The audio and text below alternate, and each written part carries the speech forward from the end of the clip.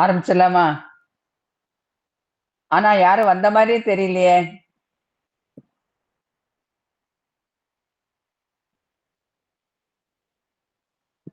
வரவா? பேசவா? திருச்சிற்றம்பலம். அரகர நம பார்வதி பதையகே. அரகர மகாதேவா. தென்னாடுடைய சிவனே போற்றி, எந்நாட்டவர்க்கும் இறைவா போற்றி. சிற்றபேசா சிவசிதம்பரம். பிடியதன் ஊரு குமை கொளமிகு கரியது வடி கொடுத்தனதடி வழிபடும் அவரிடர் கடி கணபதி வர அருளினல் மிகு கொடை வடிவினல் பயில் வலிவல முறை இறையே. திருச்சிற்றம்பலம்.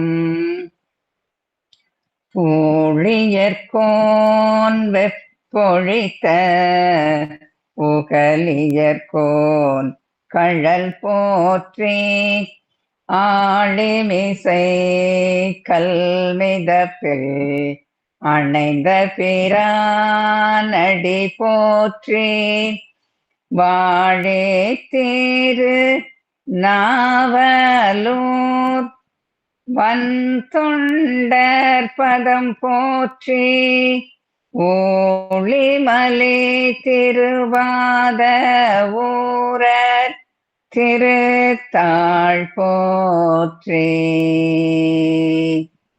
திருச்சிற்றம்பலம். சுந்தரமூர்த்தி சுவாமிகள் தேவாரம். பண் இந்தளம். நெய்யும் பாலும் தயிரும் கொண்டு நித்தல் பூசனை செய்யலுற்றார் கையில் ஒன்றும் காணம் இல்லை கழலடி தொழுது உயின் நல்லார் ஐவர் கொண்டிங்கு ஆட்ட ஆடி ஆழ்குழிப்பட்டு அழுந்து வேனுக்கு உயுமாறொன்று அருளி செய்தீர் ஓண காந்தன் தழிவுளீரே உயுமாறொன்று அருளி செய்யீர் ஓண காந்தன் தழியுளீரே. திருச்சிற்றம்பலம்.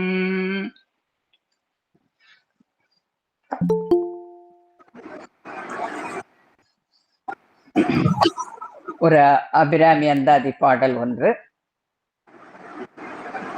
நாயேனையும் இங்கு ஒரு பொருளாக நயந்து வந்து நீயே நினைவின்றி ஆண்டு கொண்டாய் நின்னை உள்ள வண்ணம் பேயேனறியும் அறிவு தந்தாய் என்ன பேரு பெற்றேன் தாயே மலை மகளே செங்கண்மால் திரு தங்கச்சியே. திருச்சிற்றம்பலம். அனைவருக்கும் அடியேனின் பணிவான வணக்கம். இன்றைக்கு நமது அப்பர் அர்ப்பணி மன்ற சிவ சிந்தனை நிகழ்ச்சியில் சுந்தரமூர்த்தி சுவாமிகளின் திருமுறைகள்ல திரு ஓணக்காந்தன் தளி திருத்தலம் பற்றி சிந்திப்பதற்கு அடியனுக்கு திருவருளும் குருவருளும் கூட்டியுள்ளது. திருவருளுக்கும் குருவருளுக்கும் நன்றி கூறி வணக்கத்தை தெரிவித்துக் கொண்டு, இந்த பணியினை எனக்கு கொடுத்த திருமதி சிவமதி திருமதி சாந்தா சண்முகம் அம்மா அவர்களுக்கும் மற்றும் இங்கு இருக்கின்ற அடியார் அன்பர்கள் அனைவரையும் என்னுடைய முக்கரணங்களால் வணங்கிக் கொண்டு இந்த சிந்தனையை ஆரம்பிப்போம். திருச்சிற்றம்பலம். திரு ஓணக்காந்தன் தள்ளி வரலாற்று முறையில 23வது பதிகமாக இல்ல, வரலாற்று முறையில 60வது பதிகமாக வருகிறது. பண்முறையில 5வது பதிகம். இந்தளப்பண் பண்முறையில இது 5வது பதிகமாக இருக்கின்றது. சுவாமிகள் சுந்தரமூர்த்தி சுவாமிகள் தொண்டை நாட்டு தலங்களை வர்றாங்க. யாத்திரை வரும்போது திருக்கச்சூர், திருக்கச்சி ஏகம்பம், திருக்கச்சி மேற்றளி இந்த தலங்களெல்லாம் வணங்கிய பின் திரு ஓணக்காந்தன் தளிக்கு வராங்க. இந்த தலத்துக்கு வராங்க. இந்த தலம் தொண்டை நாட்டு தலங்கள்ல தேவார பாடல் பெற்ற தலங்கள்ல 5 சிவாலயங்களில் ஒன்றாக கருதப்படுகிறது. இறைவன் சுயம்பு மூர்த்தியாக அருள் பாலிக்கிறார். தேவார பாடல் பெற்ற தலத்துல இது 274 தலத்துல இது 235 தேவார தலமாக கருதப்படுகிறது. சுவாமியின் நாமம் ஓணகாந்தேஸ்வரர், அம்மை நாமம் காமாட்சி. தலவிருஷம் வன்னியும் புளிய மரமும் ஆகும். தீர்த்தம் ஓணகாந்த தீர்த்தம், காந்தோன்றி தீர்த்தம். இந்த தலத்துக்கு இந்த பேர் வர காரணம் என்னன்னா, ஓணன் காந்தன் எனும் 2 அசுரர்கள் லிங்கம் ஸ்தாபித்து வழிபட்டதால் இத்தலம் ஓணக்காந்தன் தளி என்று வழங்கப்படுகிறது. இந்த தல பற்றி ஒரு பெரிய புராண பாடல் ஒன்று. ஓணக்காந்தன் தளிமேவும் ஒருவர் தம்மை உரிமையுடன் பேணி அமைத்த தோழமையால் பெருகும் அடிமை திறம் பேசி காணமோடு பொன் வேண்டி நெய்யும் பாலும் கலை விளங்கும் யானர் பதிகம் எடுத்து ஏத்தி எண்ணில் நிதி பெற்று இருந்தார் என்பது சேக்கிழார் சுவாமிகளுடைய வாக்குல இந்த பாடல் அவர் பெரிய புராண பாடலாக இருக்கிறது. வள்ளலாரும் தமது விண்ணப்ப கலிவெண்பாவில நாற்றமலர் பூந்தண்டு அழிவிரித்து புக்கும் இசைக்கும் சீர் ஓணக்காந்தன் தளி அருள் பிரகாசமே என்கின்றார் வள்ளலாரும். சுந்தரமூர்த்தி சுவாமிகளை பற்றி மாதவ சிவஞான சுவாமிகள் காஞ்சி புராணத்துல ஒரு துதி அருளி இருக்கிறாங்க. அந்த பாடலையும் பார்ப்போம். ஒரு மனத்தே சிதைவு செய்து வல்வழக்கிட்டு ஆட்கொண்ட வல்லாளன் எல்லாம் உய்ய பெருமண சீர்திருத்தொண்ட தொகை விரித்த பேரருளின் பெருமான் என்றும் திருமணக்கோல பெருமாள் மறைப்பெருமாள் எமது குல தெய்வமாமால் அப்படின்னு மாதவ சிவஞான சுவாமிகளுடைய இது பாடல். இனி சேக்கிழார் துதி. தூக்கு சீர்திருத்த தொண்ட தொகை விரிவாக்கினால் சொல்லவல்ல பிரான் எங்கள் வாக்கிய பயனாபதி குன்றை வாழ் சேக்கிழானடி சென்னி இருத்துவாம். திருச்சிற்றம்பலம். இனி பாடலுக்குள் செல்லலாம். எனக்கு அடியனுக்கு கொடுக்கப்பட்ட தலைப்பு கோவணம் மேற்கொண்ட வேடம். இது இந்த பதிகத்தினுடைய கடைசி பாடல்ல வருது. கோவணம் மேற்கொண்ட வேடம்ங்கிறது கடைசி பாடல்ல வருது. அதனால இந்தள பண்ணில் அமைந்த பாடல் பாடலை பார்க்கலாம். திருச்சிற்றம்பலம். நெய்யும் பாலும் தயிரும் கொண்டு நித்தல் பூசனை செய்யலுற்றார் கையில் ஒன்றும் காணமில்லை களலடி தொழுது உய்யின் அல்லால் ஐவர் கொண்டிங்கு ஆட்ட வாடி ஆள் குளிப்பட்டு அழுந்துவேனுக்கு உய்யுமார் ஒன்று அருளிச் செய்வீர் ஓணக்காந்தன் தளியுளீரே. திருச்சிற்றம்பலம். இந்த பாடலுக்குரிய விளக்கம் பார்க்கும்போது, வேதங்களையும் ஆகமங்களையும் நமக்கு அருளிய எம்பெருமான் விரும்புவது என்ன அப்படின்னா உண்மையான பூசனையே ஆகும். இது தெய்வ சேக்கிழார் வாக்கு. எண்ணில் ஆகமம் இயம்பிய ஈசர் விரும்பும் உண்மையாவது பூசனையே என்கின்றார். சுவாமிகளும் என்ன சொல்கிறார்? சுந்தரமூர்த்தி சுவாமிகள் என்ன சொல்கிறார்? பெருமானே, உன்னை நான் எப்படியெல்லாம் பூசிக்கின்றேன், எப்படி எல்லாம் பூசிக்கின்றேன் சொல்றாரு. நித்தமும் நெய்யும் பாலும் தயிரும், அதாவது பஞ்ச கவ்யங்களை கொண்டு அபிஷேகத்து உனது திருவடியை வணங்குகிறேன். ஆனால் அப்பா நீ எனக்கு எதுவும் தரலையே, அதான் கையில் ஒன்றும் காணம் இல்லை அப்படின்னு சொல்றாரு. அவர் இந்த பதிகம் பாடுறது வந்து பொருள் வேண்டி பதிகம் பாடுறாரு. இந்த பதிகத்தை வந்து அவர் பொருள் வேண்டி பாடுறாரு. எதுக்காக பொருள் வேண்டாரு அப்படின்னா, இந்த நலிவுற்று இருக்கக்கூடிய ஆலயங்களுக்கும் அடியார்களுக்குமாகத்தான் அவர் பொருள் வேண்டுகிறார் வந்து. அந்த பொருள் வேண்டி இந்த பதிகத்தை அவர் பெருமானுக்கு விண்ணப்பம் செய்கிறார் வந்து. நித்தல் பூசனை செய்யலுற்றால் கையில் ஒன்றும் காணமில்லை. நான் உனக்கு இவ்வளவு பூஜையெல்லாம் பண்றேன், அந்த பஞ்சகவியங்கள் எல்லாம் கொண்டு தினசரி உனக்கு நான் அபிஷேகம் பண்றேன், ஆனாக்கா நீ எனக்கு எதுவும் தரலையேப்பா அப்படின்னு இந்த பதிக வேண்டி பாடிட்டு, ஆனா இதுல இருந்து நம்ம இன்னொன்னு என்ன பார்க்கலாம் அப்படின்னாக்க, பொருள் வேண்டி பெருமான் பாடுகிறார், ஆனா அதே நேரத்துல நித்தல் பூசனை அப்படிங்கிற ஒரு வார்த்தையை சொல்றாரு இல்லையா, நித்தல் பூசனை செய்யல் உற்றார் அப்படிங்கிறார். நித்தல் பூசனை அப்படின்னா என்ன? உடையவரை வச்சு பூசனை பண்றது. உடையவர்னு யாரு? நம்ம உடையவர், நமக்கு உடையவர். நமக்கு உடையவர் யாரு? சிவபெருமான் வந்து. அந்த சிவ பூஜையை பெருமான் மேற்கொண்டவர். அதான் நித்தல் பூசனை செய்யல் உற்றார் அப்படிங்கிற ஒரு அந்த தவ நெறியை மேற்கொண்டவர் என்றதை வந்து நாம வந்து புரிந்து கொள்ளலாம் வந்து. மேலும் இதே பதிகத்தை, இதே 7ஆம் திருமுறையில திருக்கலையநல்லூர் திருத்தல பதிகத்துல 8வது பாடல சொல்லுவாரு, காலையிலும் மாலையிலும் பெருமானது திருவடி பணிந்து கசிந்த மனத்தவர் பயிலும் கலையநல்லூர் காணே என்பார் வந்து. அதான் காலையிலும் மாலையிலும் நான் உனது திருவடியவே பணிந்திருக்கின்றேன். அந்த பணிந்ததனால் கசிந்த மனத்தவர் பயில, அந்த பணிறதுனால அங்க இருக்கிறவங்க எல்லாம் ஒரு கசிந்த மனத்தவர் கலையநல்லூர் காணே. அந்த கலையநல்லூர்ல இருக்கிற அன்பர்கள் அடியார்கள் எல்லாம் ஒரு கசிந்த மன சொல்வார்ல, காதலாகி கசிந்து அப்படிம்பார்ல, அதே போல கசிந்த மனத்தவர் பயிலும் கலையநல்லூர் காணே என்பார் பெருமான் சுந்தரமூர்த்தி சுவாமிகள். அந்த பூசை செய்யும் போது நம்முடைய உள்ளம் எப்படி இருக்க வேண்டும்? அதுதான் காதலாகி கசிந்து கண்களில் கண்ணீர் மல்கி அவனை வணங்க வேண்டும் என்பது அருளாளர்களுடைய வாக்கு. சம்பந்தர் பெருமான் நமக்கு அந்த பதிகம் பாடி அருள் இருக்கார் இல்லையா.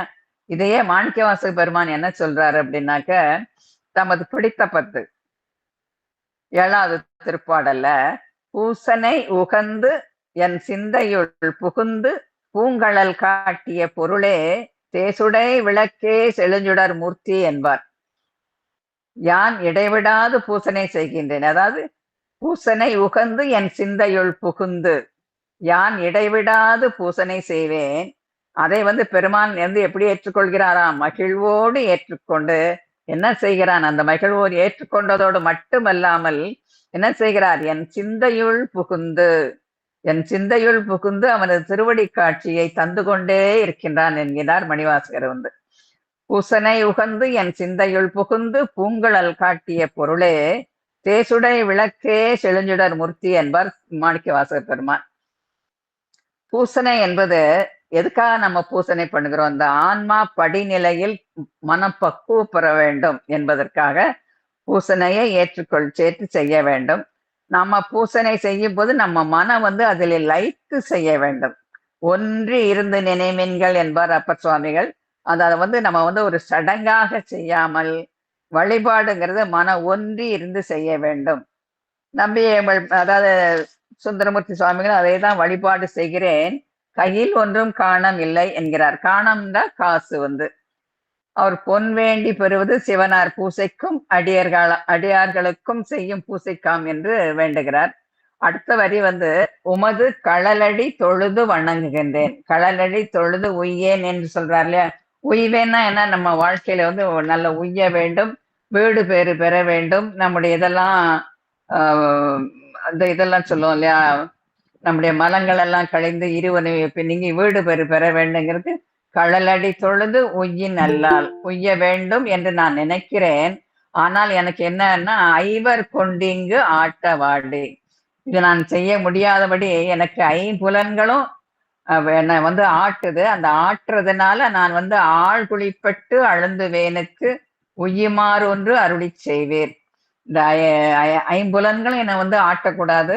அந்த இதில் ஆட்டாம நீர் எனக்கு வந்து எனக்கு ஒரு நல்ல ஒரு உய்ய வேண்டும், என்னுடைய வாழ்வில் உய்ய வேண்டும் என்று சொல்லி அந்த ஐவர் வந்து ஆட்ட ஆடி என்கிறார்.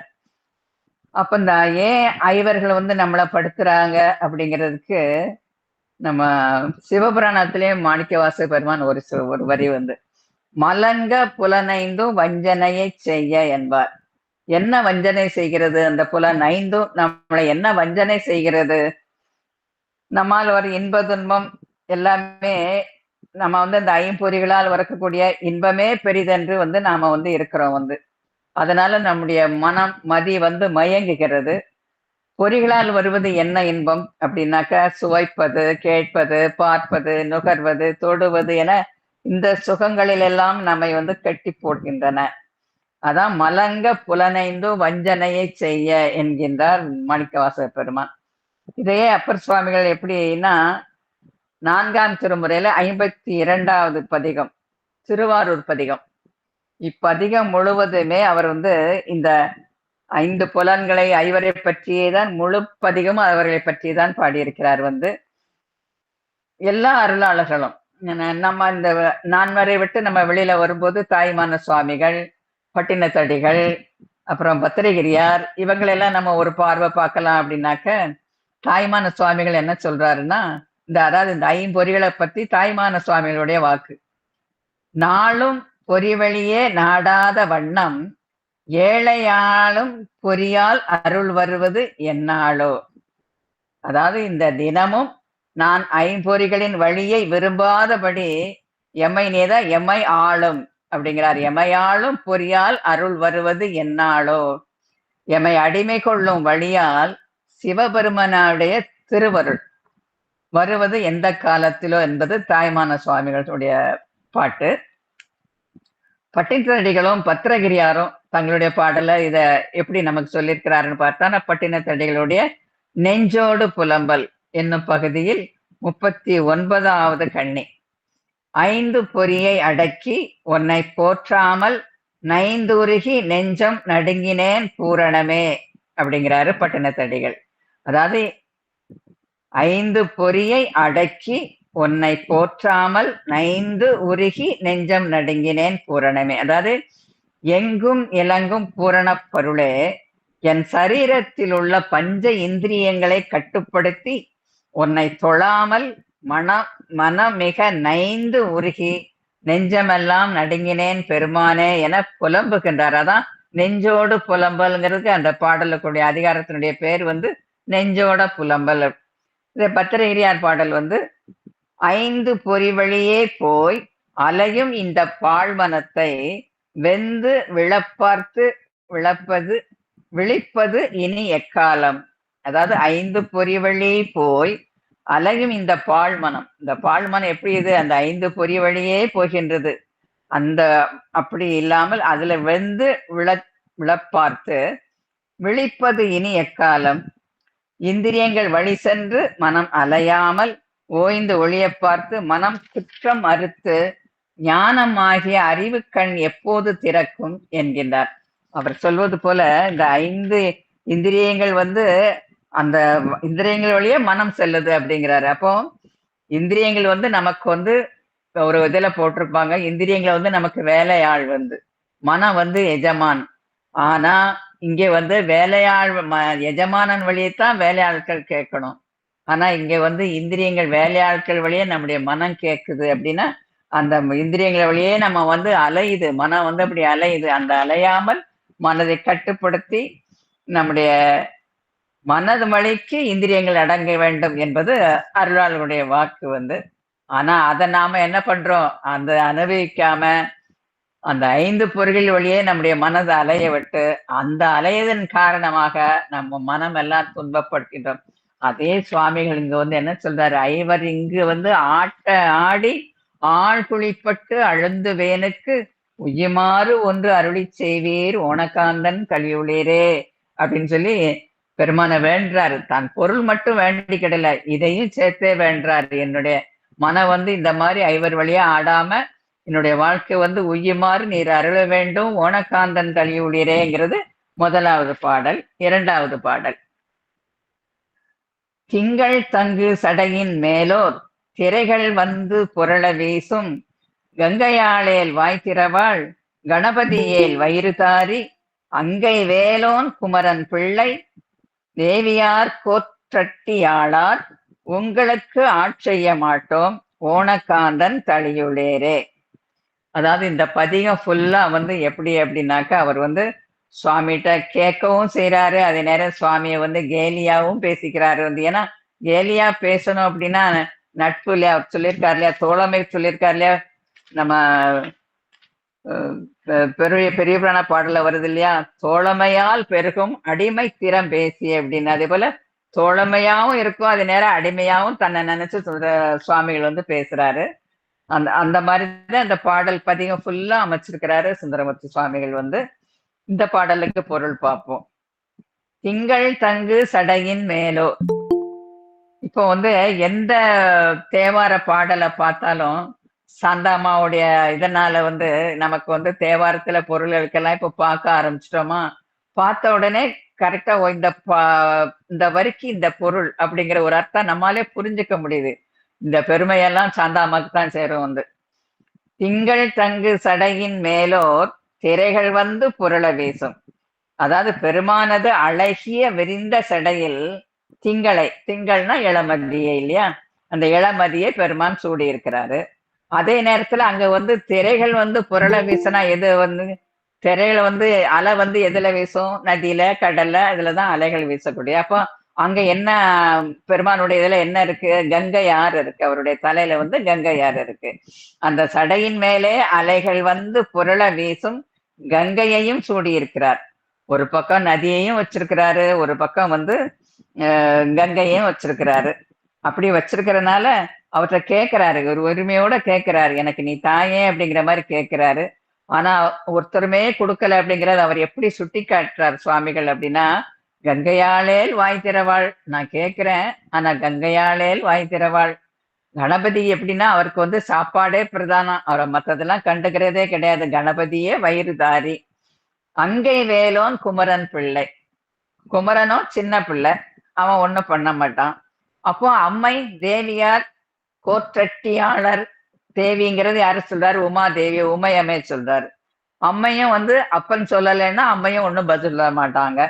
அப்படியெல்லாம் இருந்தாங்க, நாங்க எப்படி உங்களுக்கு ஆட்செய்ய மாட்டோம், நீங்க எல்லாம் எங்களை எல்லாம் கண்டுக்கிடலைன்னா நான் உங்களுக்கு நாங்க என்ன பண்ணுவோம் அப்படிங்கிற மாதிரி, உங்களுக்கு ஆட்செய்ய மாட்டோம் உனகாந்தன் தளியுடையரே அப்படிங்கிறாரு வந்து. அதான் இந்த பாடல் வந்து பெருமானது குடும்பத்தையே சுந்தரமூர்த்தி சுவாமிகள் வந்து பாடியிருக்கிறாரு வந்து. யாராவது விநாயகப் பெருமானை கேட்கிறாரு, அங்கே வேலோன் குமரன் பிள்ளைன்னா, அங்கைன்னா உள்ளங்கை வந்து, உள்ளங்கையில வேலை எந்திரிக்கிற முருகனை சொல்றாரு வந்து. அங்கே வேலோன் குமரன் பிள்ளை, அவன் வந்து சின்ன பிள்ளை, அவனும் என்ன கண்டுக்கல, அம்மையும் கண்டுக்கல. அப்போ இப்படி எல்லாம் இருந்தீங்கன்னா உங்களுக்கு நாங்க எப்படி செய்வோம், உங்களுக்கு எப்படி நாங்க பணி செய்வோம் அப்படிங்கிற இதை சொல்லி ஓணக்காந்தன் தளியுடையரே அப்படிங்கிற இதுல இந்த இரண்டாவது பாட்டை முடிச்சிருக்கிறாரு வந்து. இந்த பாடல வந்து விநாயகப் பெருமானே கணபதியை பாடியிருக்கு போல நிறைய திருக்கோலக்கா பதிகத்திலையும் சுந்தரமூர்த்தி சுவாமிகள் இந்த முருகப்பெருமானை பத்தி 2 வரிகளை சுட்டி காட்டி பாடுகிறார். நிறைய 11ஆம் திருமுறையில நிறைய வருது சுந்தர பெருமானை பத்தி, இது முருகாற்றுப்படை இருக்குது வந்து. அப்புறம் சேந்தனார் பெருமான் வந்து திருவிடை களி அப்படிங்கிற முருகப்பெருமான் மேல ஒரு பதிகமே பாடி அருளிருக்கிறார் வந்து. அடுத்து 3வது பாடல் வந்து,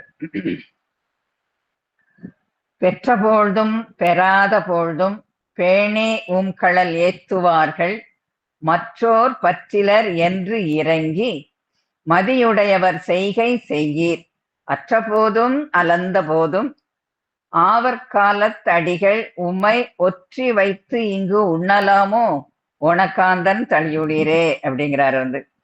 பெற்ற பொழுதும் பெறாத பொழுதும் அப்படின்னா என்னது, எதை பெற்ற போதும் எதை பெறாத பொழுதும். பெற்ற பொழுதும் அப்படிங்கிறது செல்வம் பெற்ற பொழுதும், பெறாத பொழுதும் அப்படிங்கிறது செல்வத்தை பெறாத பொழுதும்.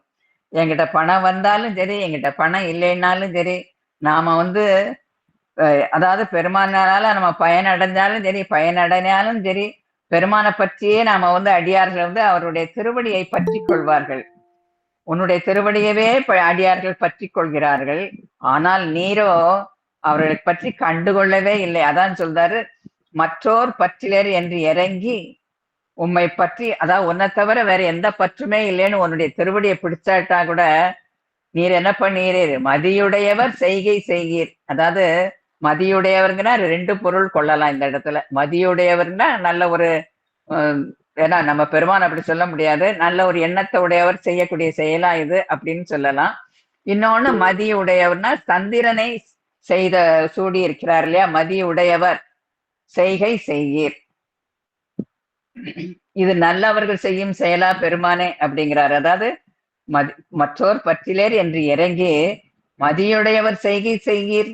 நீர் நல்லோர் செய்யும் செயலையா நீர் செய்கிறீர். எங்களெல்லாம் அப்படி பொருளுக்காக நான் உங்கள்கிட்ட இவ்வளவு வேண்டனே, நீர் என்னை இறக்கப்பட்டு எனக்கு பொருளே தரலையே அப்படிங்கிற மாதிரி பாடுதார் இந்த இதுல. அடுத்து அற்ற போதும் அலந்த போதும். அற்ற போதுங்கிறது உன்னுடைய திருவடியை நான் பற்றி கொண்ட போதும், அலந்த போதும்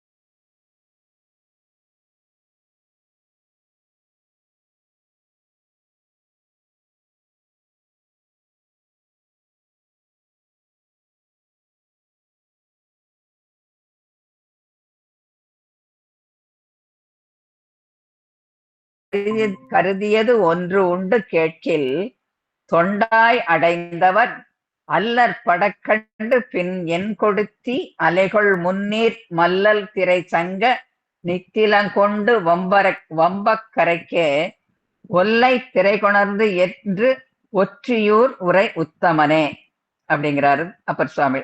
இந்த பாடலுடைய பொருள் என்னன்னா, அலைகளினால் சங்கில் உள்ள முத்துக்களும் திருவொற்றியூர் கரையில் ஒதுங்குகின்றன. இந்த அலைகள்ல சங்கில் உள்ள முத்துக்கள் எல்லாம் ஒற்றியூர் கரையில ஒதுங்குகின்றன. அந்த அளவுக்கு செழிப்பு நிறைந்த திருவொற்றியூரில் அமர்ந்துள்ள பெருமானே, உன்னுடைய திருச்செவியில் அடியேன் கூற நினைக்கின்ற செய்தி ஒன்று உண்டு. அதாவது உன்னோட சொல்லுவாரு, அடியனுக்கு ஒரு பெருமானுடைய திருவடிக்கு ஒரு விண்ணப்பன ஒரு திருச்செவியில் அடியேன் கூற நினைக்கின்ற செய்தி ஒன்று உண்டு. அது என்ன செய்தி? என்ன செய்தியை நான் உனக்கு கூற போறேன் அப்படின்னா, அதாவது உனக்கு அடிமைகளாய் சேர்ந்த அடியவர்கள் துன்பப்படுவதை கண்டு நீ சும்மா இருக்கலாமா? உன்னுடைய அடியார்கள் துன்பப்படுறாங்க, அதை பார்த்துட்டு நீ சும்மா இருக்கலாமா? அவர்களது துன்பத்தை தீர்க்காமல் அவர்களுக்கு யாது செய்ய திருவுளம் கொண்டுள்ளாய்? இப்ப தீர்க்காமல் அதை எப்ப தீர்க்கணும்னு நீ நினைக்கிற? அதை எப்ப தீர்க்கணும்னு நினைச்சு உன்னுடைய திருவுளம் கொண்டிருக்கிறாய் என்கின்றார் அப்பர் சுவாமி. அதாவது இந்த ரெண்டு பதிக பாடல்களையும் கிட்டத்தட்ட கருத்துக்கள் ஒண்ணு போல இருக்கு இல்லையா? அதனால அடியன் இந்த பாடல் எதுக்காக எடுத்துக்கிட்டேன். இனி 4வது பாடல். ஒவ்வொரு பாடலையும் எனக்கு நீ பணத்தின் கொடு, பொருள் கொடு, பொருள் கொடு அப்படின்னு தான் வேண்டாரு.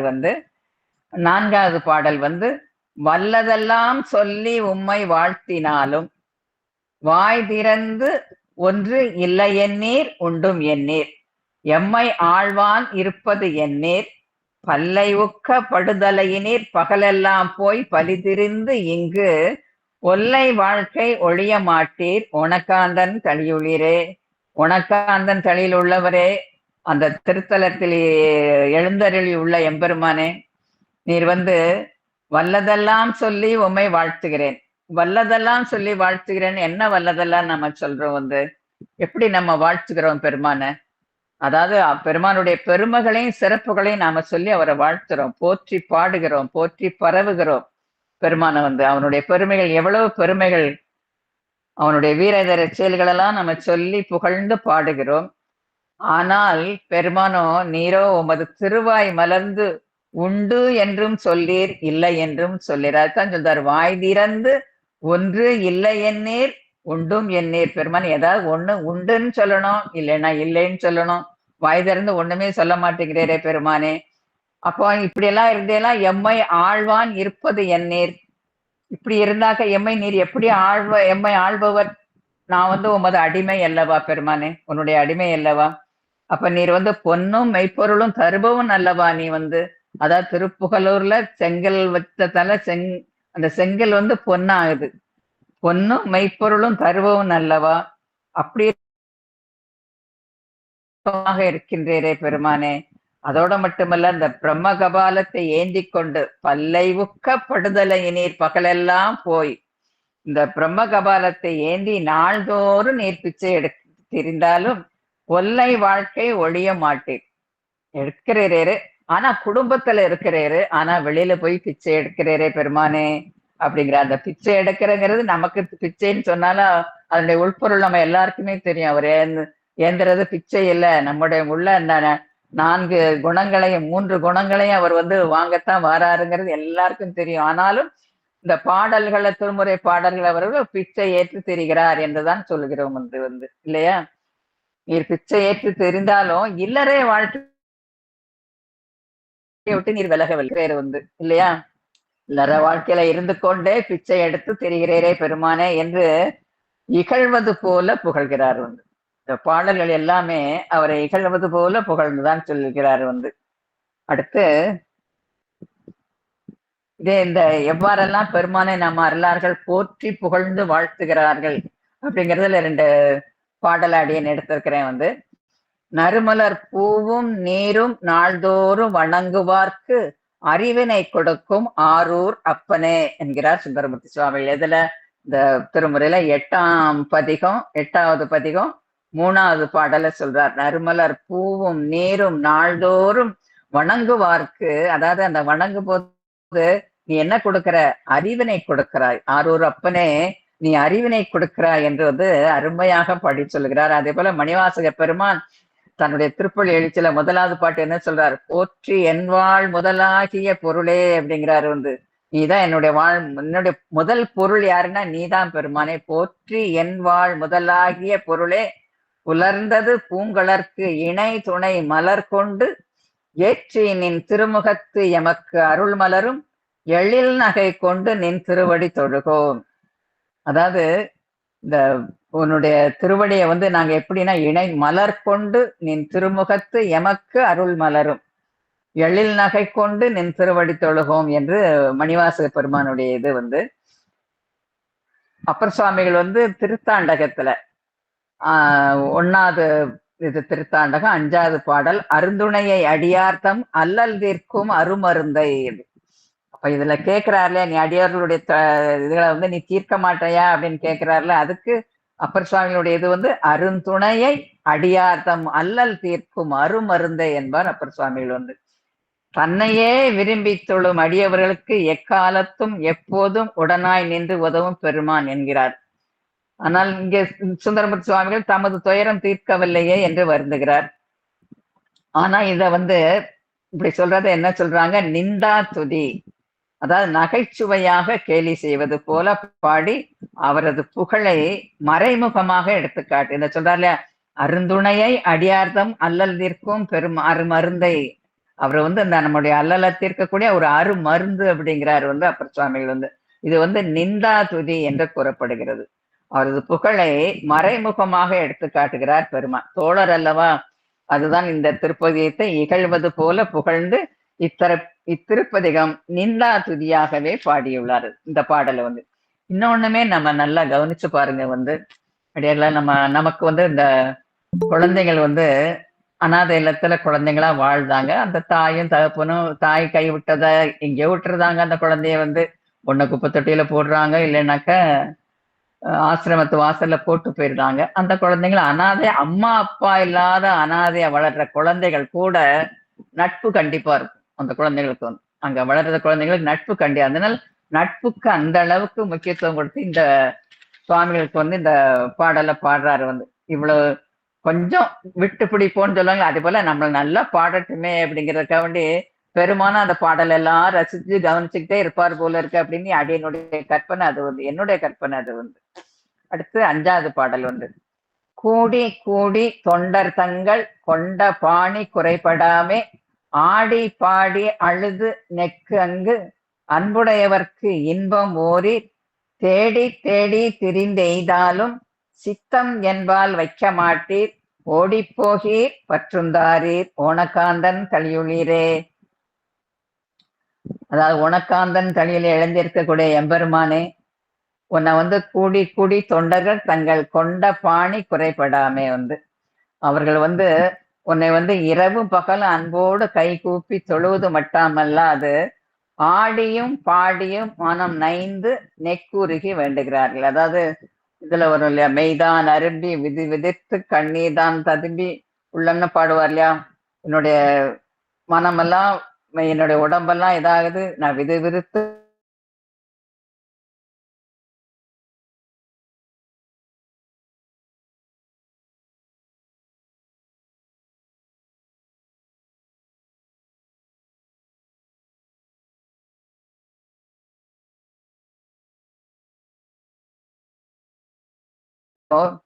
அது மேல அவர்கள் ஒன்னை விடுத்து எங்கு போய் தேடுவார்கள், தேடி திரிவார்கள்? நீ ஒன்றுதானே அவர்களுக்கு கதி. ஒன்னை விடுத்து அவர்கள் எங்கே போய் தேடி திரிவார்கள்? அன்புடையவருக்கு இன்பம் நீர்தானே தர வேண்டும். உன்னின் மேல அன்புடையவர்களுக்கு நீர்தானே இன்பம் தர வேண்டும். தேடி தேடி திரிந்து எய்தாலும். இந்த 46 திருப்பதிகம், இந்த இதுல 46வது திருப்பதிகம் 7வது திருப்பாடல். நேசமுடை அடியவர்கள் வருந்தாமே அருந்த நிறைமறையோர்கள் உரை வீழி மிழலை தனில் நித்தல் காசருளி செய்தீர் இன்று எனக்கு அருள வேண்டும் கடல்நாகை காரோண மேவி இருந்தேரே என பாடி அருளியிருப்பார். அதாவது நேசமுடை அடியவர்கள் வருந்தாமே அருந்த, இந்த பெருமான் சுவாமிகளுக்கு திருவெளிமலையில படிக்காசு வச்சு கொடுக்குறாங்க இல்லையா, அப்பர் சுவாமிகளுக்கும் சமதர் பெருமானுக்கும்.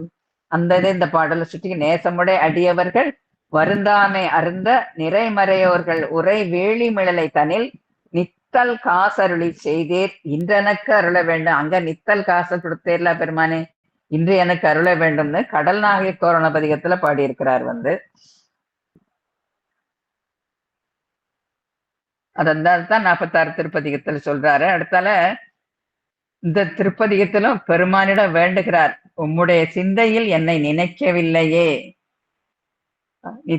என்னை தேடி தேடி திரிந்து நான் உன்னுடைய இதுக்கு நான் உன்னுடைய திருவடியில நான் வணங்கினாலும் நீர் சித்தத்தை என்பால் வைக்கவில்லையே பெருமானே, சித்தம் என்பால் வைக்க மாட்டீரா அப்படின்னு ஓடி போகீர் பற்றுந்தாரு. அதாவது இந்த கோயிலுக்குள்ள இருக்கிறேன்னு சொல்றாங்க, ஆனா எனக்கு நீர் பற்றும் பணமும் தரல, காசு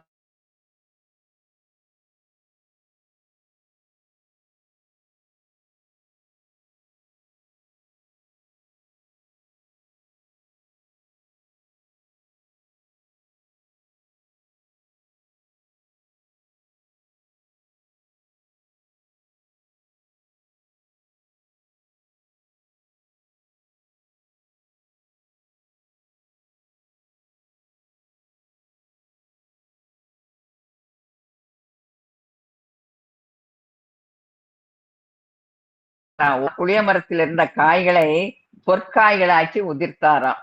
உதிர்க்கவும் அதை சுவாமிகள் பெற்று மகிழ்ந்ததாக இது ஒரு செவி வழி செய்தியாக சொல்லப்படுகிறது. புராண செய்தி அல்ல, ஒரு செவி வழி செய்தியாக அது குறிக்கப்படுகிறது. 6வது பாடல்.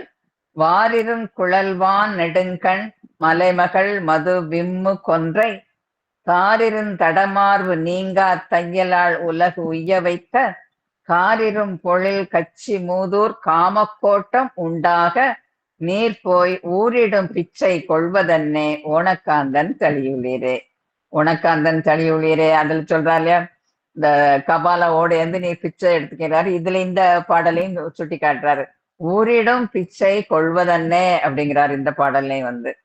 வாரிரும் குழல் வாழ் நெடுங்கண், அதாவது நல்ல வாழ் நெடுங்கன்னா வாழ் போன்ற கண்களையுடைய உமாதேவி மலைமகள்.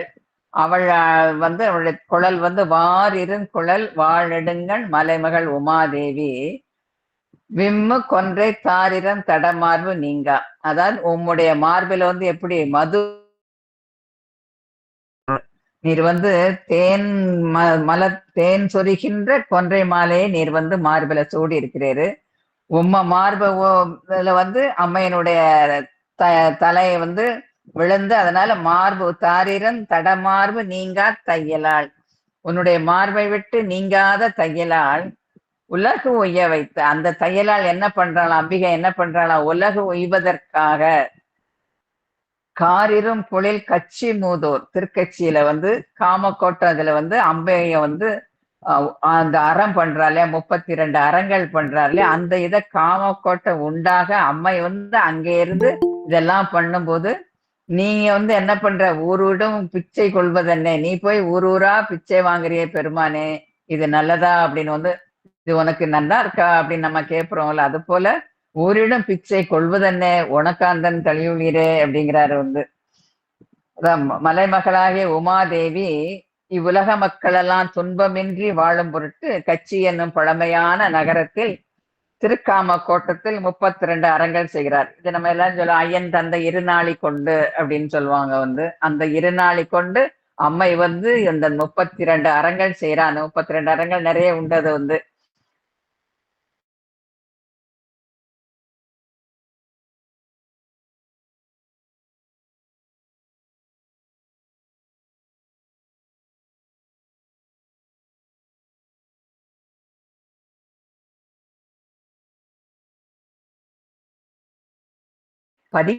உன்னுடைய அன்னை வந்து ஆதார சக்தியா நின்று காக்கின்றாள். 32 அறங்களையும் அவ செய்து காத்து வருகிறாள். அப்படி இருக்கும்போது அன்னையின் கணவராகிய பெருமானே, நீர் வீதிகள் தோறும் பிச்சை எடுத்து கையில் ஓடேந்தி கால் தளர கொஞ்சமும் நாணம் இல்லாமல் திரியலாமா? இது வந்து அபிராமி பட்டருடைய அபிராமி பதிகம். நான் பாடல் எடுக்கல, அதனுடைய பொருளை மட்டும் சொல்றேன் வந்து. இது உனக்கு சரியா என்று அன்னையிடம் கேட்கிறார். இதேதான் சுந்தரமூர்த்தி சாகுரன் சொல்றாங்க வந்து. இது வந்து உலக சேமத்திற்காகவும் உயிர்களுடைய நல்வாழ்வு பெறவும் அன்னை வந்து இந்த அறங்கள் எல்லாம் பண்றாங்க வந்து.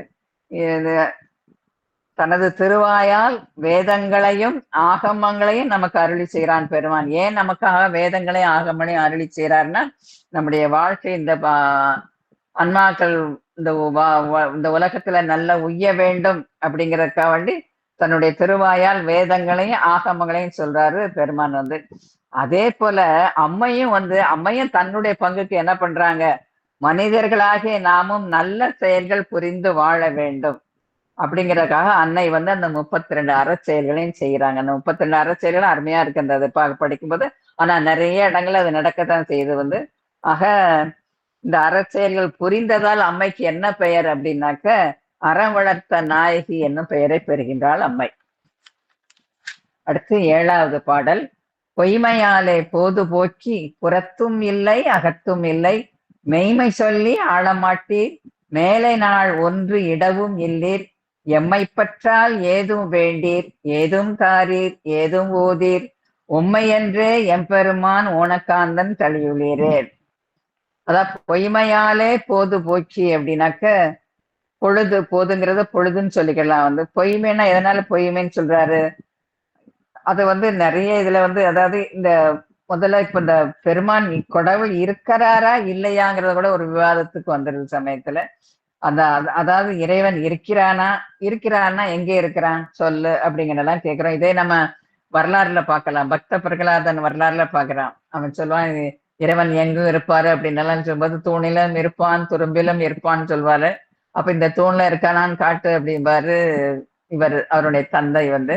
இந்த தூண்ல இருப்பான்னு சொல்லல, அந்த தூணை உடைக்கும், அதுல இருந்தே பெருமான் வருவாரு. அதே போல பெருமான் எங்கேயும் இருப்பான், எல்லா இடமும் பெருமான் இருப்பான் அப்படின்னாலும், ஆனாலும் இருக்கக்கூடிய இடம் இதுக்கு வந்து ஒரு ஓம நம்ம பெரியவா சொல்லுவாங்க வந்து, பசுமாட்டினுடைய உடம்பெல்லாம் வந்து ரத்தமாகி பாலா இருந்தாலும் அந்த பால் தங்குற இடம் எது, அந்த பசுனுடைய மடி தானே. அதே போல இறைவன் எல்லா இடத்துலயும் இருந்தாலும் அவனுடைய ஆற்றல் எங்க இருக்கிறது, ஆலயத்துல இருக்கிறது, கோவில்ல இருக்கிறது. அதனாலதான் பெருமானே, நீர் புறத்தும் இல்லை அகத்தும் இல்லை, கோவிலே வந்து இருப்பதுனால இங்கேயும் நீர் இல்லையே, ஏன்னா வெளியில போறாரு அப்படின்னு சொல்றதுனால நீரும் இங்க இல்லையே அப்படின்றார் சுவாமிகள். அதனால நீர் வந்து என்னை மெய்மை சொல்லி என்னை நீர் ஆள மாட்டீர், இனி வரும் நாட்களில் எனக்கு நீ ஒன்றும் தரவும் மாட்டேன். அவருக்கு அப்படியே சோர்ந்து போயிடார். இனி வரும் நாட்களில் ஒன்றும் இடவும் மாட்டீர், ஆனாலும் நான் உம்மையே பெரிதாக நீர் தந்தாலும் சரி தரலைனாலும் சரி நான் உம்மையே பெரிதாக நினைத்துக் கொள்வேன். உனக்காந்தின் தனியிருக்கும் பெருமாளே உம்மையென்றே எம்பெருமான் உனக்காந்தன் தழியுளிரே அப்படிங்கிறாரு வந்து. இந்த பாட்டை பாடும்போது இந்த மனசுல நினைக்கும் போது சுவாமிகள் இப்படியெல்லாம் நின்று பெருமான்கிட்ட கேட்டிருக்காரு அப்படிங்கறதெல்லாம் மனசுல ஓடுது வந்து. அப்படியெல்லாம் சிந்திக்க தோணுது வந்து. ஏன்னா ஏதும் தாரீர் ஏதும் ஓதீர் உம்மை ஒன்றே என் பெருமான் நீர் ஒன்றேதான் எனக்கு வேணும் அப்படிங்கிற உனக்காந்தன் தனியிருக்கும் பெருமானே நீர் தான் வேணும் எனக்கு வேற எதுவும் வேண்டாம் அப்படிங்கிற மாதிரி அந்த ஒரு அர்த்தத்திலையும் பாடி இருக்கிறாரோ. நீர் பொருள் தந்தாலும் சரி தரலைனாலும் சரி நீரே வேண்டும் அப்படின்னு பாடி இருக்கிறாரோ அப்படின்னு தோணுது வந்து. அடுத்து 8வது பாடல் வந்து. வளைய வைத்த கூற்றை மீவான் வந்து நின்று வார்த்தை கிளையமைத்த சிந்தையாவே திருவடி தொழுது உய்யின் அல்லால் கலையமைத்த காமச்சற்ற குரோத உலோப மாதவ மத உலோப ஒரு நிமிஷம்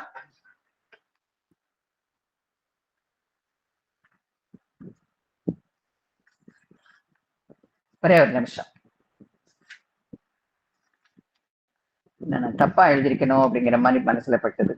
வளைய வைத்த கூற்றை மீவான் வந்து நின்று வார்த்தை கேட்டு சிலையமைத்த சிந்தையாலே திருவடி தொழுது உய்யின் அல்லால் கலையமைத்த காம செற்ற குரோத லோப மதவருடை உலை அமைத்து இங்கு ஒன்ற மாட்டேன் உனக்காந்தன் தளியுளிரே. நம்முடைய 6 குணங்கள் சொல்லலையாம், காம குரோத மதம் ஆச்சரியம், அந்த இதை இந்த பாடல்ல சுட்டி காட்டுறாரு வந்து. அதாவது வளைய வைத்த கூற்றம், குற்றம் என்றால் கூற்றுவன் யமன், அவன் வந்து நின்று வார்த்தை பிறகு அவன் வந்து வானத்தில் தோன்றுகிறான் என்றாலே அவன் வந்து கூப்பிடுதானாலே என்ன அர்த்தமா மறுபிறவி உண்டு என்று சொல்லப்படுகிறது. அதாவது நம்ம சிவபூஜை பண்றவங்களுக்கு வந்து நமக்கு வந்து கூற்றுவன் வந்து அழைத்து செல்ல மாட்டான், சிவபூதகணங்கள் வந்து அழைத்து செல்லும் என்று கூறப்படுகிறது. ஆனால் இந்த கூற்றுவன் வந்து நேரே அழைத்தால் மறுபிறவி உண்டுமா. அதனால சுந்தரமூர்த்தி சுவாமிகள் சொல்கிறார், வேண்டாம் எனக்கு மறுபிறவியே வேண்டாம் அப்படின்னு சொல்றதுனால கல் போன்ற உறுதியான மனம் கொண்டு கலையமைத்த அதாவது சிலையமைத்த சிந்தையாலே அப்படிங்கிறாரு. சிலையமைத்த சிந்தையாலே அப்படின்னா கல் போன்ற உறுதியான மனம் கொண்டு உன்னுடைய திருவடி, திருவடி அப்படிங்கிறதுக்கு திருவடின்னு அந்த டிஐ மாதிரி வருது வந்து, குறில் நெடில் போட்டிருக்கு வந்து. திருவடி என்ற நெடில் எழுத்து குறிப்பதால் திருவடியை உடையவனே என்று நாம் பொருள் கொள்ளலாம். தொழுது உயின் அல்லால் என்றால் இந்த திருவடியை தொழுது இப்பிறவி துயரிலிருந்து நீர் காக்க வேண்டும், எனக்கு மறுபிறவியே வேண்டாம் பெருமானே, இந்த பிறவி துயரிலிருந்து நீர் என்னை காக்க வேண்டும்.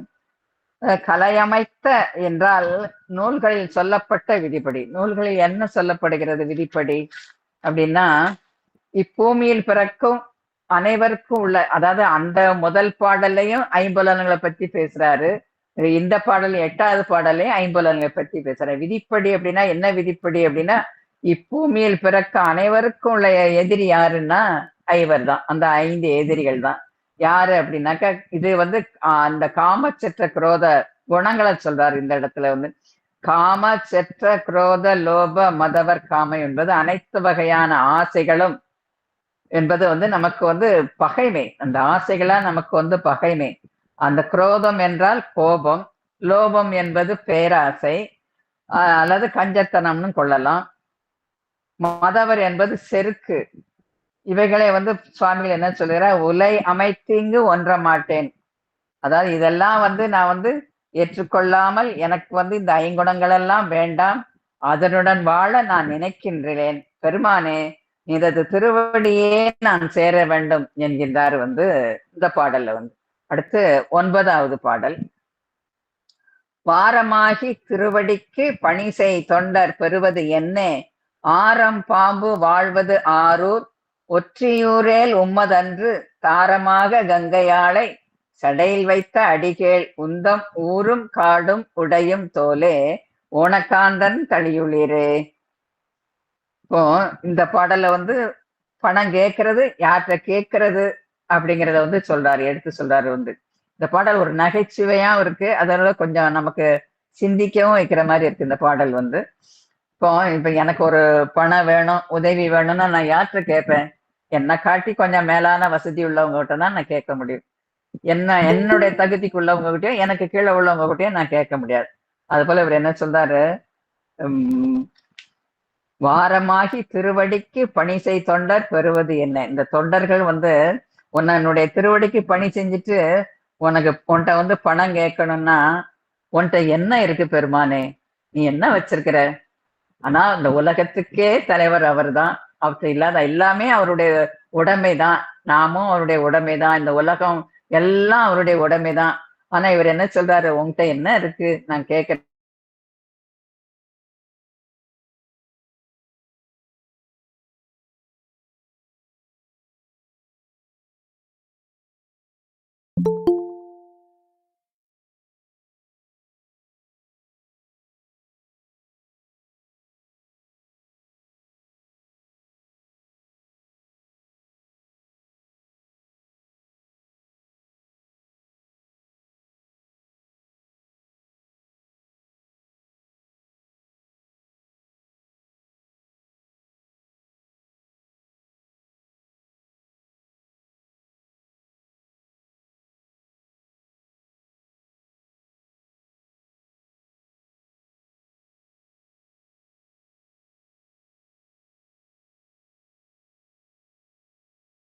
நாங்க தலையில போட்டுட்டு, கழுத்துல போட்டுட்டு அப்படித்தானே இருக்கிறாரு. இதனுடைய பொருள பார்க்கும்போது, விளக்கமா பார்க்கும்போது, எல்லாம் இருக்கணும், பண உதவின்னா நம்ம அப்படித்தான் கேட்க முடியும். ஆனா அவர் மனதில் தோன்றியது இங்க பாடலாக சொல்லிவிட்டார். நான் இப்ப சொன்னேன்ல. அவரு பெருமான தோற்றத்தை நம்ம கண் முன்னாடி கொண்டு வந்துடுறாரு. பெருமானுடைய உன்னுடைய தோற்றம் எப்படி இருக்கு? கழுத்திலோ ஆரம் பாம்ப போட்டிருக்கிற, உன்னுடைய ஊரோ ஆறு ஊருங்கிறது இல்ல. யார் ஊர் அது? உன்னுடைய ஊரும் இல்ல. உன்னுடைய ஊர் ஏற்கனவே ஒத்தி ஊர ஒத்தி வச்சாச்சு வந்து. உன்னுடைய மனைவியோ தலையில வச்சிருக்கிற, கங்காதேவி தலையில வச்சிருக்கிற வந்து. அப்புறம் வீடும் இல்ல, சுடுகாட்டுல இருக்கிற. உடையோ புலித்தோல். உம்மிடம் என்ன இருக்கிறது பெருமானே? அப்படின்னு சொல்லிட்டு அடுத்தல எம்பெருமானை தோழர் என்ற முறையில சுந்தரமூர்த்தி சுவாமிகள் தேடி செய்தாலும், நாம ஒரு விஷயத்தை நன்கு அறிந்து வைத்துள்ளார் பெருமான் வந்து. அவர் ஊருக்கே, இந்த உலகுக்கே அவன் தலைவன் இல்லையா? எல்லாமே அவனது உடைமை பொருள். அவன் செய்தால் எதை வேண்டுமானாலும் செய்யலாம். ஆனால் அவர் எளிமையை விரும்புகிறவர். பெருமான் வந்து எளிமையை விரும்புகிறார். எளிமை விரும்பினா எங்க அன்பு இருக்கிறோ அங்கதான் அவர் சேர்ந்தார் இல்லையா? அதாவது நம்ம இதுல பார்க்கலாம் இல்லையா? பெருமாளும் விஷ்ணுவும் திருமாலும் சேர்ந்த, பிரம்மனும் திருமாலும் சேர்ந்த நாங்கிற ஒரு அகங்காரத்துல இருக்கும்போது அவனை அடியவே முடியல. ஆனா அன்புள்ளவர்களுக்கு அவன் எளியவன், அரியவன் அப்படிங்கிறது தான். அவர் எளிமையை விரும்புகிறவர். அவரிடம் அன்பு கொண்டு வேண்டுபவருக்கு அவர் அருள் பார்வை நிச்சயம் உண்டு. அதனால் நினைப்பவர் நம் சிந்தையில் இருப்பவன் பெருமான் வந்து. அந்த இதனாலதான் பெருமான் தலைக்கு வச்சு படுத்திருந்த செங்கலும் பொன்னானது. அப்படி அவருக்கு பொன் கொடுத்தவர் அல்லவா பெருமான். சுந்தரமூர்த்தி சுவாமிகளுக்கு பொன் தந்தாரோ அல்லவா? அதையும் நினைச்சுக்கிறதாரு. எனக்கு அந்த இது எனக்கு தந்தவன் தானே அப்படிங்கறத நினைச்சிட்டு இருந்தாலும் தோழர் என்கிற முறையில் ஒரு நகைச்சுவையோடு இந்த பாடலை பாடி அருளியிருக்கிறார். அடுத்து 10வது பாடல், நிறைவு திருப்பாடல். ஓவண மேல் எருதொன்று ஏறும் ஓணக்காந்தன் தளியுளார்தாம் ஆவணம் செய்து ஆளும் கொண்டவரை துகிலோடு பட்டு வீக்கி கோவணம் மேற்கொண்ட வேடம். இதுதான் அடியனுக்கு கொடுக்கப்பட்ட தலைப்பு. கோவணம் மேற்கொண்ட வேடம் கோவையாக ஆரூரன் சொன்ன பாவனத் தமிழ் பத்தும் வல்லார்க்கு பறையும் தாம் செய்த பாவந்தானே. இந்த பாடலுக்குரிய விளக்கம் பார்க்கும்போது, ஓவண மேல் எருதொன்று ஏறும். இந்த வரியை நாம பார்க்கும்போது இந்த இதை வந்து 2 வகையா பொருள் கொள்ளலாம். எப்படி அப்படின்னா, ஓவணம், இங்க ஓவணம்ங்கிறத ஓவு வண்ணம் அப்படின்னு எடுத்துக்கிட்டோம்னாக்க, அது அந்த ஓவு வண்ணம் அப்படின்னா அது வந்து நீக்கப்படும் தன்மை. எதை நீக்கப்படும் தன்மை அப்படின்னா, நம்முடைய மலங்களை நீக்கும் தன்மை. நம்முடைய மலங்கள் நீங்கினா நம்முடைய சிந்தை எங்க போகும்? இறைவன் மீது போகும். அதாவது இந்த ஆன்மா வந்து சார்ந்ததன் வண்ணம். ஒண்ணு பாசத்து பக்கம் சாயும், இல்லைன்னா இறைவன் பக்கம் சாயும். பதியை சாயும், இல்லைன்னா பாசத்து பக்கம் சாயும். அப்ப நம்முடைய ஆணவங்க மலங்கள் நீங்கிட்டா நம்முடைய எண்ணம் எங்க இருக்கும்? இறைவனுடைய சிந்தையை நோக்கி ஓடும். அப்படி இறைவனது சிந்தை மீது நம்முடைய எண்ணம் செல்லும். பேரழகு கொண்டது எது அப்படின்னாக்க, எருதொன்று ஏறும் பெருமான் போடுதா இல்லையா? ஓவணமேல் எருதோ வந்து அந்த எருது ஒன்று ஏறும் பெருமான் எருது வாகனமாகிய எருது பெருமானின் வாகனமாகிய நந்தியின் பேரழகு என்றும் நாம் பொருள் கொள்ளலாம். அந்த நந்திக்கு வந்து அந்த பேரழகு உண்டாம். பெருமான் ஏறுறதுனால அந்த நந்திக்கு வந்து அந்த பேரழகு ஒன்று என்று நாம் பொருள் கொள்ளலாம். எருதை வாகனமாக கொண்ட ஓணக்காந்தன் தளியில் உள்ள பெருமான் ஆவார். ஓணக்காந்தன் தளியில் இருக்கும் பெருமான் சுவாமிகளை தாமே வந்த வரி வருது இல்லையா, அந்த ஆவணம் செய்து தாமே ஆவணம் செய்து ஆளுங்கொண்ட வரை, அதாவது இந்த தடுத்தாட்கொள்றாரு இல்லையா, திருமணத்தின் போது தடுத்தாட்கொள்றாரு இல்லையா, அப்ப தானே ஆவணம் செய்து கொண்டு வர எப்போ எப்படி வர்றாரா, அப்பதான் பட்டு துகிலோட வருகிறாராம். அந்த நேரம் தான் பட்டு துகிலோட வருகிறார். வந்து அதுக்கப்புறம் வந்து அவர் வந்து கோவணம் மேற்கொண்ட வேடம் அப்படின்னு கூறப்படுகிறது. வந்து அது வரைக்கும் இடையில பட்டு கடுத்திருந்தானா, அதுக்கப்புறம் பெருமான் வந்து தடுத்து ஆட்கொண்ட பின் கோவணம் மேற்கொண்ட வேடம் என்கிறார். எனில் தம்மை தடுத்து ஆட்கொண்ட பின் அவரது தோற்ற பொலிவு கோவணம் மேற்கொண்ட வேடம் என்கிறார். ஏற்கனவே கோவணம் மேற்கொண்ட வேடங்கிறது வந்து நான் அடியேன் வந்து இந்த திருமழப்பாடியில வந்து கொஞ்சம் ஓரளவுக்கு சொல்லியிருந்தேன். வந்து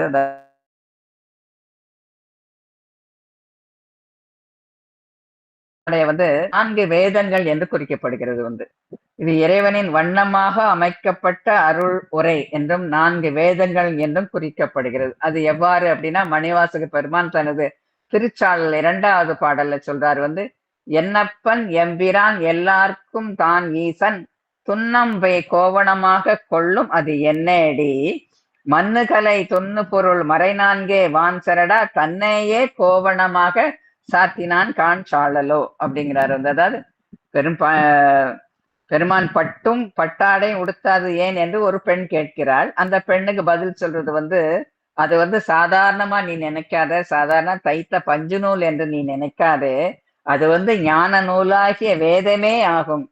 அதுவும் அவன் அதை எப்படி கட்டியிருக்கிறான், அந்த கோவணத்தை எப்படி கட்டியிருக்கிறான் அப்படின்னா, கலைகளையே அரைஞானாக கொண்டு இதை கட்டியிருக்கிறானாம். வந்து மண்ணு கலை என்பது அழியாத நிலை பெற்ற கலை ஞானங்கள் ஆகும்.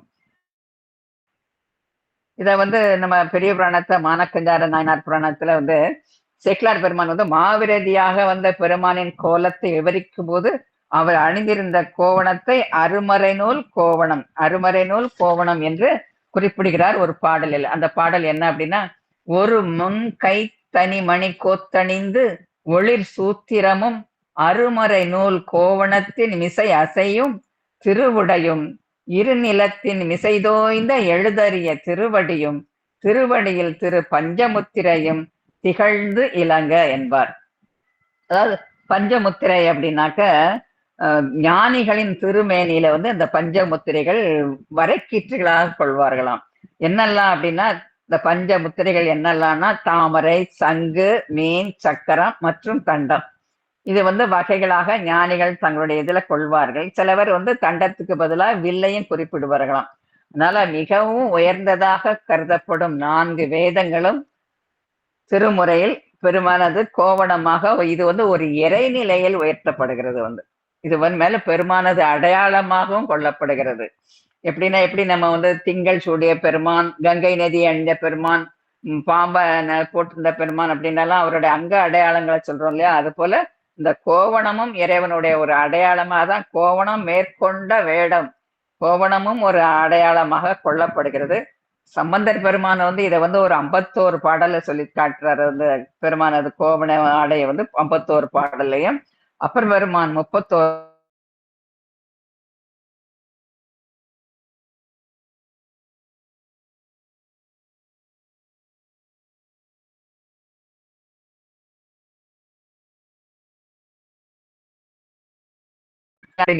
இறைவன் மீது கொண்ட அன்பும் அவர் எம்பெருமானது அடியார்களும் அவர்களுக்கு உணவிட்டு கருத்தறிந்து அவர்களுக்கு தேவையானதை கொடுத்து பெரும் தொண்டு புரிந்ததால் அதை உலகத்துக்கு எடுத்து காண்டவே பெருமான் வந்து என்ன செய்யறார், கோவணம் கொடுத்து நாயனாருக்கு திருவுருள் செய்த வரலாறு நமக்கு தெரியும் இல்லையா.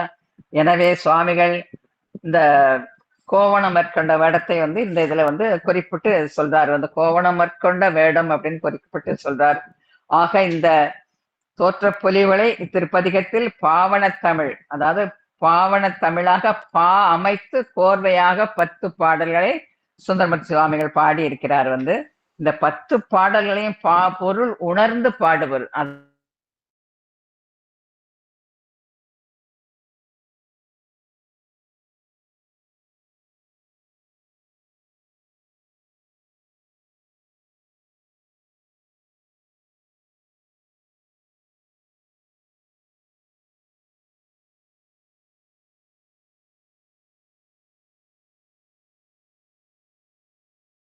உணர்ந்து நம்ம சிவபுராணத்திலே ஏற்கனவே வரும், சொல்லிய பாட்டின் பொருள் உணர்ந்து சொல்லுவார் அப்படின்னு வரும். அதே போல நாமும் அந்த ஒவ்வொரு திருமுறையை வாசிக்கும் போதும் பாடும் போதும் அதை ஒரு பாட்டு பாடினாலும் அந்த பொருள் உணர்ந்து பாட வேண்டும் என்பது ஆண்டவர்களது வாக்கு. அதையே நாம கடைபிடித்து இந்த திருமுறைகளை நாம் எல்லாரும் ஓத வேண்டும் என்ற ஒரு சிந்தனையோடு இந்த சிவ சிந்தனையை நிறைவு செய்கிறேன். அடியார்கள் அனைவருக்கும் என்னுடைய பணிவான வணக்கம். திருச்சிற்றம்பலம்.